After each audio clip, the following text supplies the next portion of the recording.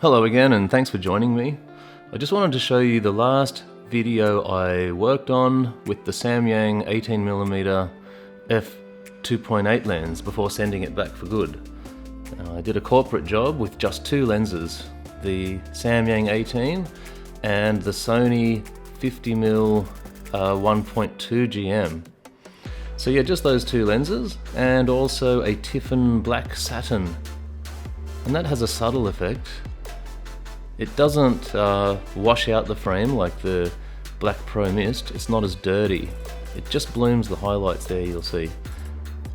And since it's a corporate vid, I didn't want to go overboard and make it look like a 70s porn or anything like that.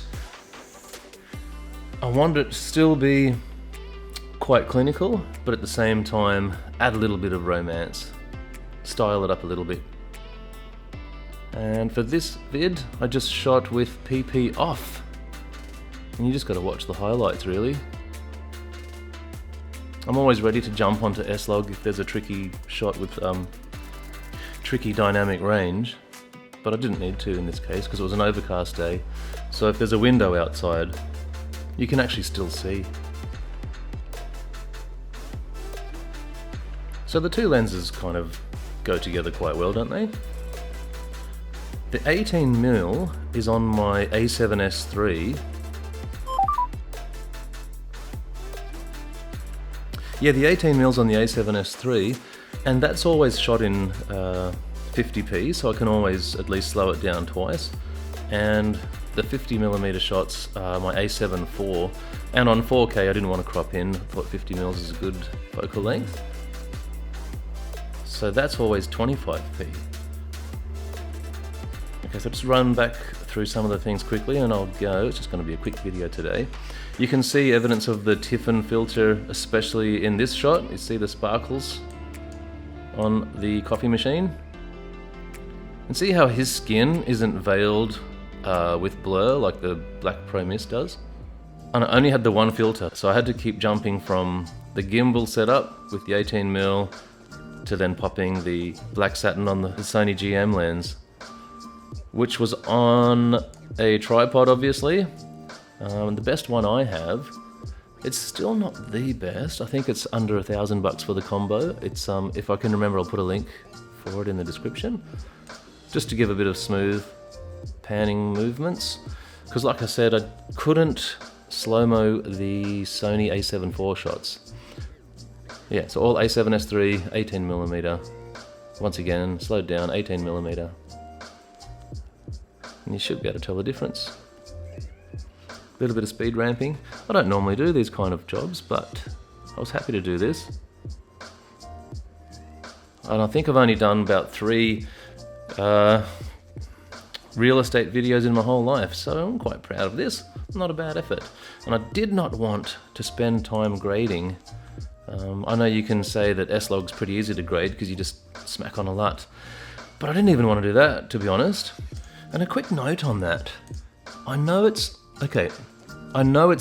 easy, in inverted commas, to grade S-Log. You know, there's some beautiful LUTs out there, like the Phantom LUTs, but it's not just about that. When I shoot S-Log, I like to shoot in the maximum bit depth and all that kind of stuff, because I'll be grading that, and quite often I'll be pushing it to the limits, pushing the dynamic range and also colors. So yeah, that requires disk space. It may not be a problem for you, but it is for me, especially on high turnaround jobs. I'd rather just get the look in camera and know exactly what I'm dealing with. And also the added benefit of that is on my monitor that I show them, I can just show the client straight away. I know you can do that also with monitors. You can add the same LUT that you're going to grade with. And I do have that on my small rig, my Indie 7. I have a LUT ready to go if I have shot in S-Log, but I didn't need that on this particular job. Oh, and just quickly, it's worth noting this is only a first pass, so I haven't really gone through and made all the white balances match exactly. So, going back to the a7 IV, I was able to actually shoot that in a lower bitrate. I think I chose 75 megabits rather than the much heavier. There's a 140 10-bit, which I probably should have used, but I forgot to actually change it, to be honest. So this is 10-bit, that's the A7S III, and these are 8-bit A7 IV files.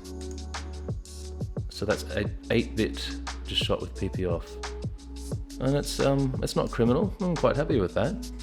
So yeah, the 18mm is gone. I don't have it anymore. I will be using the Sony 20mm from now on, and obviously won't be as wide as this, but I'll have to just choose my shots more strategically, I guess, pan around a bit more. Or if, you know, more real estate jobs come, I'll have to go and get myself a new wide lens. Well, that's it for today. That's all I wanted to talk about. I'll see you on the next vid. See ya. Bye.